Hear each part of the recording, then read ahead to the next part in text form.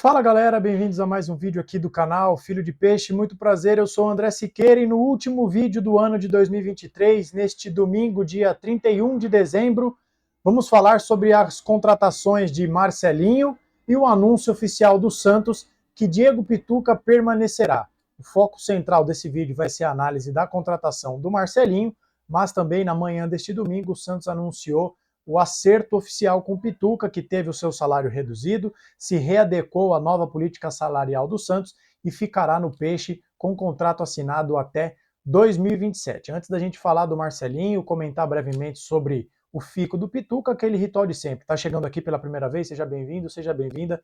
Já se inscreva aqui no canal, já ative o sininho para você saber quando eu divulgo novos vídeos, e temos publicado vídeos quase todos os dias. Já deixa o like aí também para o YouTube impulsionar essa publicação. Já comenta o que você achou da contratação do Marcelinho, o que você achou do fico do Pituca, o que você tem achado desse pacotão de reforços do Santos, e compartilhe esse vídeo com os seus amigos, com seus parentes, conte a eles que tem um novo canal sobre o Santos surgindo aqui no YouTube. E agora nós já ultrapassamos a meta de 3.000 inscritos e a próxima será 5.000 inscritos. Vamos juntos com o Santos na Série B para fortalecer mais uma tribuna para falar a jornalismo independente, falando aqui do Santos no YouTube, tá certo? Para falar do Marcelinho, é um jogador que não me enche muito os olhos a contratação deles. Vocês sabem, eu tento sempre olhar o copo meio cheio nas análises aqui das contratações dos jogadores. Acho, inclusive, que boa parte dos jogadores acertados com a gestão do presidente Marcelo Teixeira são acertos. Eu destaco principalmente o Aderlan, o Gil, o Juliano, o William Bigode, o próprio João Schmidt, o Pituca, né, apesar de ter sido um pré-contrato firmado na gestão do inominável presidente, que inclusive faltam horas para nos livrarmos do pior presidente da história do Santos, mas algumas das contratações não me enchem os olhos. Não espero nada do Jorge, não espero nada do Casares, não espero nada do Otero e, sinceramente, não espero muita coisa do Marcelinho, um atacante de 21 anos que jogou o último Campeonato Brasileiro pela Tombense. A Tombense caiu para a Série C, a Tombense terminou em 18º colocado do Brasileirão da Série B, e o Marcelinho era reserva desse time. Algumas das reportagens que saíram falando sobre o interesse do Santos, sobre a negociação do Santos com esse jogador, tratavam o Marcelinho como um dos destaques do time da Tombense. Parece até um paradoxo dizer que há um destaque num time que ficou em 18º no Campeonato Brasileiro da Série B.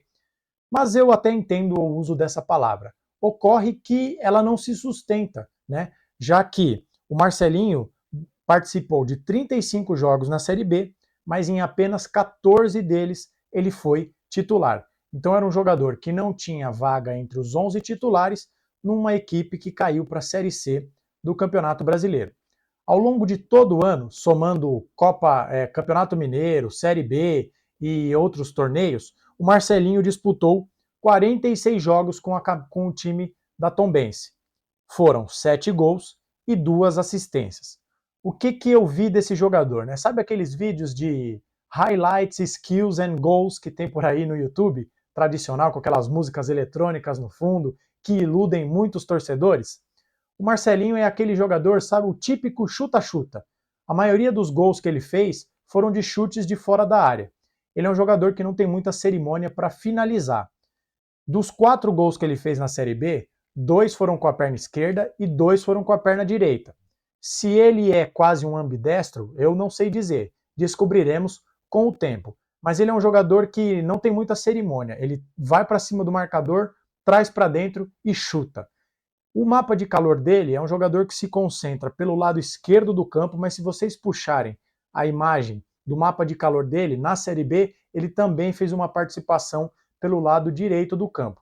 Então, apesar de não ter números muito atrativos e de ser um jogador que não se firmou num time do nível da Tombense, ele parece ter uma certa polivalência, o que pode ser útil, visto que o Santos, essa questão do jogador de velocidade, anda em falta no elenco do Santos. Faltou isso em 2023. Nós falamos aqui, se você está inscrito aqui no canal há mais tempo, em vários pré-jogos, em vários pós-jogos, nós falamos como faltava ao Santos uma opção de velocidade pelo lado direito. O Soteldo jogava pela esquerda, o Mendonça jogava pela esquerda, o Lucas Braga que seria uma opção para o ataque, foi improvisado na lateral direita, então o Marcelinho pode quebrar esse galho como um jogador que pode jogar tanto aberto pela esquerda, como eu acho que ele deve ser uma opção para reserva, opção imediata do Guilherme, que deve ser anunciado nos próximos dias, e terá vídeo aqui no canal analisando a contratação desse jogador, quanto pode ser também uma opção para o lado direito, visto que, a priori, o único jogador que o Santos tem para essa função neste momento é o Patati e talvez o Miguelito, mas o Miguelito jogaria ali como uma espécie de meia ponta, né? Um jogador que joga aberto pela ponta, mas que é, sobretudo, principalmente, um jogador de armação, que vai trazer aquele jogo por dentro, saindo da ponta e vindo para dentro. Mas já que eu falei do Marcelinho ser aquele típico jogador chuta-chuta, eu fui atrás então das estatísticas para saber qual é o grau de aproveitamento dele nas finalizações. Será que ele é um finalizador letal ou é aquele jogador que chuta muito e acerta pouco? Vamos então às estatísticas. Eu peguei essas estatísticas no site Footstats, que tem um compilado muito bom de estatísticas de vários campeonatos de várias partes do mundo, e eu fui olhar as estatísticas do Marcelinho na Série B. No total, nesses 35 jogos em que ele esteve em campo com o time da Tombense, foram 62 finalizações, com apenas 20 certas, o que dá um aproveitamento de 32,3% de aproveitamento na finalização.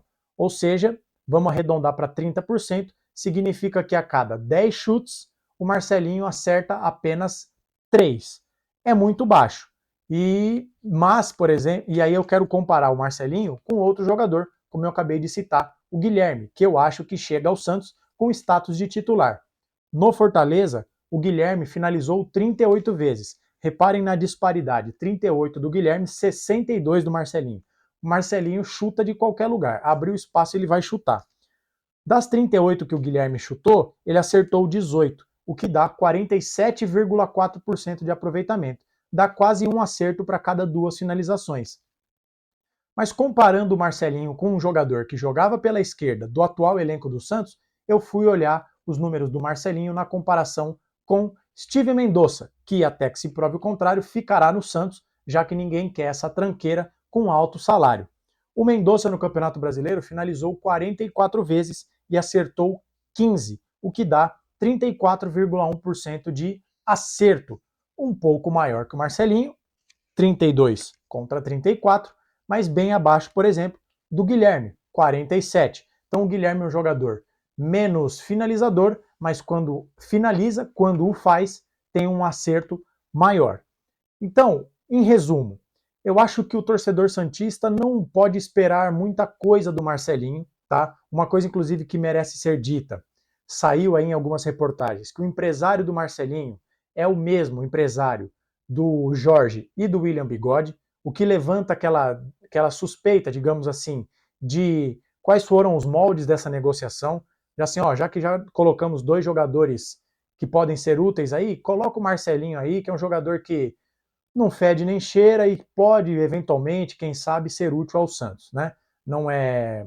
A gente sabe que essas coisas acontecem no futebol, mas não é assim uma prática que me agrade muito. Mas voltando ao que interessa, acho que é um jogador que o Santista não pode depositar todas as suas fichas, todas as suas esperanças, porque tem números que não empolgam, mas também é aquele jogador que vai estar lá para compor elenco, sabe? Um jogador que pode eventualmente entrar no final de um jogo para fazer uma fumaça, para pegar um time adversário desgastado, um jogador que jogou a Série B, já está acostumado com esses gramados ruins que o Santos vai pegar ao longo de 2024, mas é tipo aquele jogador Lucas Venuto, Alanzinhos, etc e tal.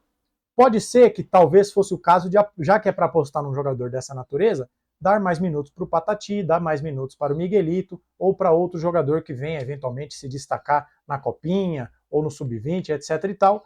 Mas já que veio, a gente vai torcer para que ele desempenhe pelo menos de forma digna, de forma aceitável. Mas como eu disse, né, para a gente fechar essa parte do Marcelinho para fazer um breve comentário sobre o Pituca, acho que é um jogador que não empolga. Mas já que veio ao Santos e já foi anunciado como 9º reforço, que ele, 9ª contratação, melhor dizendo, que desempenhe o melhor futebol possível, porque a gente torce para que ele vá bem, porque ele indo bem, o Santos pode ir bem, e é o que no final das contas importa. O Santos voltar para a Série A com o pé nas costas, o quanto antes, para nós passarmos essa página triste e sombria da história do nosso clube do coração, tá certo? E para fechar esse vídeo, quero comentar sobre o anúncio do fico de Diego Pituca, que aconteceu pouco antes de eu gravar esse vídeo. O Pituca, que teve um pré-contrato firmado na gestão do inominável presidente que nos deixará em algumas horas, mas os moldes desse contrato eram um contrato de Série A. Dizem por aí que o Pituca receberia na casa dos 600 mil reais. Eu não tenho essa informação, mas estou reproduzindo o que eu vi em alguns portais por aí. E esse valor, em sendo verdade, estaria muito acima do teto do Santos, que hoje é de 350 mil. Então o Pituca foi chamado para renegociar, e como nós falamos no vídeo do sábado sobre o João Schmidt, eu tinha certeza de que o Pituca aceitaria. Jogador com identificação com a torcida do Santos, que teve uma passagem muito boa entre 2017 e 2021, que esteve naquele time vice-campeão da Libertadores, um jogador que quis ficar no Santos. Basta procurar aí no Google a entrevista em que o Pituca diz que implorou ao inominável presidente para ficar, que quase chorou para permanecer no Santos, foi vendido ao Kashima Antlers e agora volta do futebol japonês depois de 3 temporadas e assinou um contrato até 2027. Pituca é aquele tipo de jogador que gosta do Santos, que tem identificação com o Santos, que faz questão de estar no Santos, que verdadeiramente gosta do Santos. Reduz o seu salário e eu tenho certeza que será uma peça fundamental nessa reconstrução do Santos. Como a gente já falou em outros vídeos sobre a espinha dorsal do Santos, né, o Pituca integra essa espinha dorsal.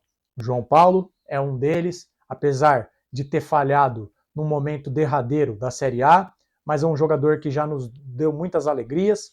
O Joaquim mais o Gil, o Rincon com o Pituca e o Juliano, e lá na frente o Furk, né, com uma menção honrosa ao William Bigode, e etc e tal. O Santos vai montando a sua espinha dorsal com jogadores experientes, com jogadores vitoriosos, com jogadores casca-grossa, e isso é fundamental para que o Santos desempenhe o melhor futebol possível. Agora, resta ao Carille conseguir mesclar a experiência desses jogadores, já que a média de idade do Santos subiu, pontualmente com alguns jogadores mais jovens, para que o Santos tenha experiência, mas também tenha vitalidade para competir. Os 90 minutos, as 38 rodadas que nós teremos pela frente na Série B. E antes disso, no Campeonato Paulista. Porque vale lembrar, se o Santos chegar à semifinal do Campeonato Paulista e terminar no mínimo entre os 4, o Santos garantirá vaga na Copa do Brasil pelo ranking na distribuição de vagas que é dada aos campeonatos estaduais, pelas vagas que são destinadas às federações estaduais. Então, chegar na semifinal do Paulista, primeiro vai ser bom, porque a gente vai encerrar esse triste período de 3 anos sendo eliminados na fase de grupos do Campeonato Paulista, o que é inadmissível, e vai nos garantir o retorno à Copa do Brasil em 2025, um torneio muito rentável e que a ausência do Santos na edição de 2024 vai ser muito danoso para as finanças do clube. Então, esse é uma espécie de giro de notícias que eu queria trazer aqui para vocês, comentando a contratação do Marcelinho e elogiando o Pituca por ter aceitado reduzir o seu salário para ficar no Santos. O último vídeo de 2023 está feito. Eu quero agradecer a todos vocês que ao longo desses 365 dias do ano de 2023 estiveram aqui e foram fundamentais para o crescimento desse canal. Nem nos meus melhores sonhos eu imaginei que com menos de um ano de existência desse canal, nós seríamos mais de 3 mil inscritos. E esse canal existe também por conta da sua audiência. Obrigado de verdade por todos os comentários, pelos likes, pelas inscrições, pelas críticas, pelas sugestões, pelos feedbacks de vocês. Em 2024 teremos muito mais. Já na primeira semana de 2024, provavelmente quero trazer uma primeira live aqui com vocês. Inclusive, se você puder, diga aqui nos comentários qual o melhor horário você acha. Eu pretendo fazer no período da noite. Diga aqui se você acha que é legal, se você acha que um horário entre 7 e 8 horas da noite pode ser bacana, para a gente bater esse papo e começar a ter um contato mais direto aqui no canal. Mas, por enquanto, é isso. Que você tenha com a sua família uma boa virada de ano, que você tenha uma boa passagem de ano, que 2024 seja muito bom, cercado de saúde, com a sua família, com realizações, com emprego, dinheiro no bolso e também aqui no campo esportivo, o Santos volte para a Série A, para que todos nós fiquemos contentes, tá certo? Então nos vemos no próximo vídeo, um feliz ano novo para você e para sua família, um abraço e até a próxima.